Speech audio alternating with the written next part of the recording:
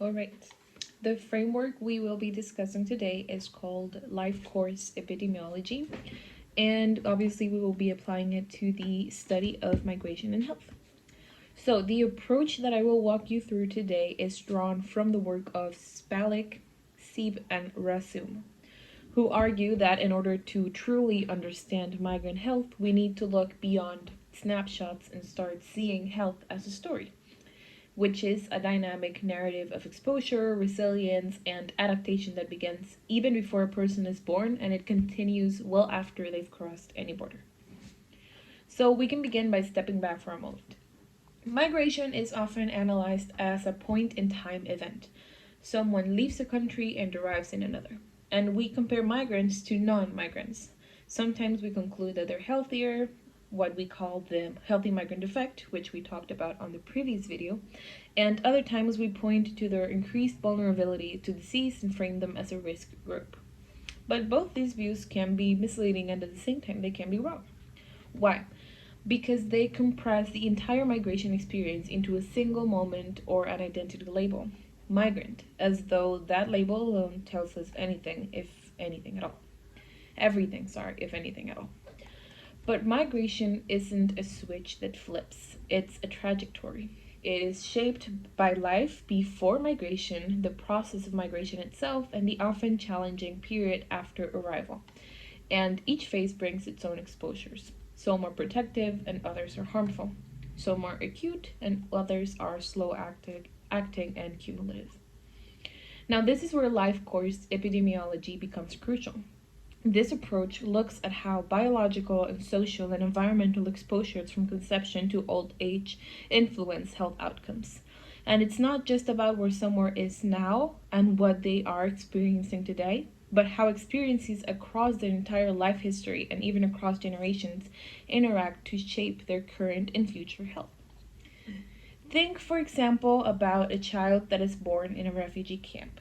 Her health isn't just going to be shaped by her current living conditions, but also by the stress and nutrition of her mother during pregnancy, the infections that she was exposed to in infancy, and the trauma that her family may have experienced during forced displacement. Now, if that child migrates later in life, the risk and the protective factors that she carries into her new environment will be unique and different from someone who was born in the host country or migrated under different circumstances. Now, these creator and their colleagues, they outline three key phrases in the migrant experience that are central to this model. It's pre-migration, migration, and post-migration. Now, pre-migration includes anything that happens before a person leaves their country of origin. This could mean war, malnutrition, infectious disease, or even protective cultural norms and community networks. It includes gestation, pregnancy, and early childhood, which is the most sensitive developmental window in a person's life. And then comes the migration phase. It is a transition that can be brief and voluntary or prolonged and traumatic. Now, for some people, it may involve stable travel and legal entry, but for others, it may mean weeks, months, or even years of displacement, insecurity, or violence. Now, this stage, post-migrational, which is often overlooked, can leave lasting biological and physiological marks. So when we reach this post-migration phase, which continues way long after someone has arrived, this is where acculturation, economic opportunity, housing, legal status, and exposure to discrimination start to shape health in different ways, which are often very unequal. For example, access to healthcare, language barriers, job stress, and job changes in diet and physical activity all contribute to the unfolding event of the health trajectory of each person. So when we divide migration and the experience of it into these three stages, the life course model helps us see how health outcomes in migrants cannot be fully understood without considering when and how these exposures happened and exactly in what sequence. So let me give you a few concrete examples that illustrate the power of this model. Some migrant groups show higher rates of stomach cancer than the host population. And this isn't because of anything that they did after they arrived at the host country. It is linked to early childhood exposure to Helicobacter pylori, which is a bacterium common in many low-income countries. And that exposure that may have happened decades earlier continues to influence disease risk long after migration. Conversely, some cancers, for example, like cervical or breast cancer, are less prevalent in some migrant women in native born populations, and this has been linked to protective reproductive or sexual health behaviors, such as lower rates of early sexual activity or lower exposure to HPV. Now, these patterns reflect norms in the country of origin that continue to shape risk even after migration and, in some cases, even prevent it. Now, the model also considers gene environment interaction. For instance, people of different ethnic backgrounds have genetically influenced lipid profiles. But when those genes interact with westernized high fat diets, the result may be an accelerated risk for heart disease or cardiovascular disease. Now, a healthy gene in one environment may become a liability in another completely different environment. In this way, biology doesn't act in isolation, it's deeply intertwined with culture, context, and time. Now, a particularly important contribution of this model is its attention to critical periods, windows of time where exposures have a greater impact than they would at other stages of life. Childhood, for example, is one of those periods. So is adolescence, pregnancy, and old age. Now, the same exposure, for example, chronic stress, will have very different health consequences depending on whether or not it occurs during these periods. And for migrants, these windows are often filled with unique challenges, for example, family separation, housing insecurity, employment instability, systemic discrimination. Now, the life course model also helps explain changes in health across generations.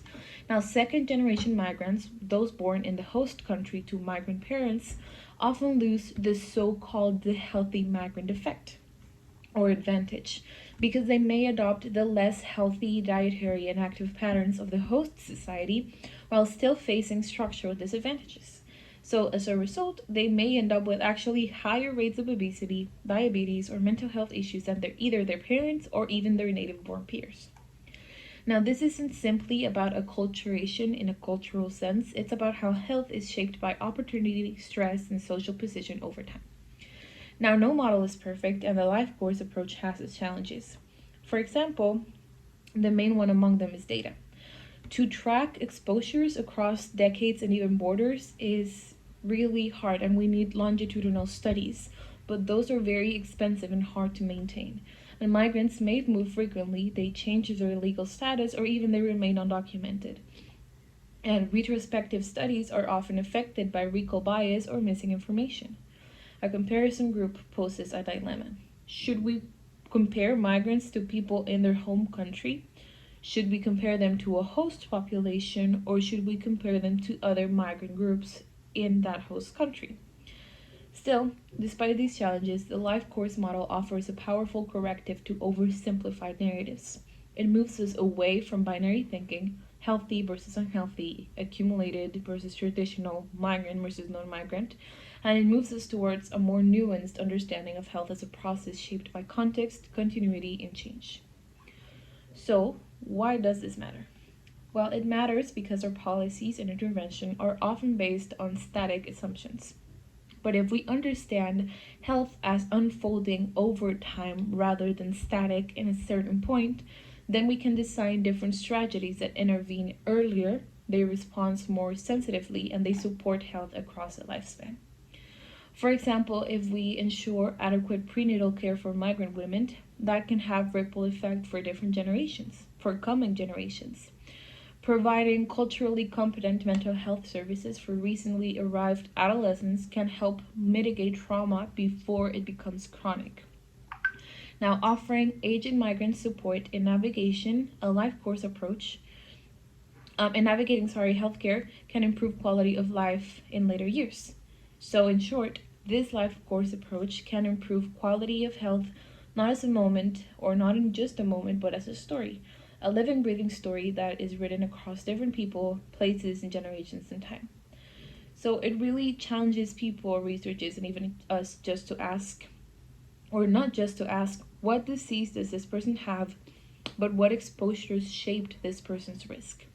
And not just are migrants healthier than most population, but how do these social, biological, and environmental forces interact across the lifespan to produce this unequal health outcome? And perhaps most importantly, it invites us to see migrants not as monolithic group, but as individuals with stories, trajectories, and futures which are all deserving of dignity, health, and equity. Thank you.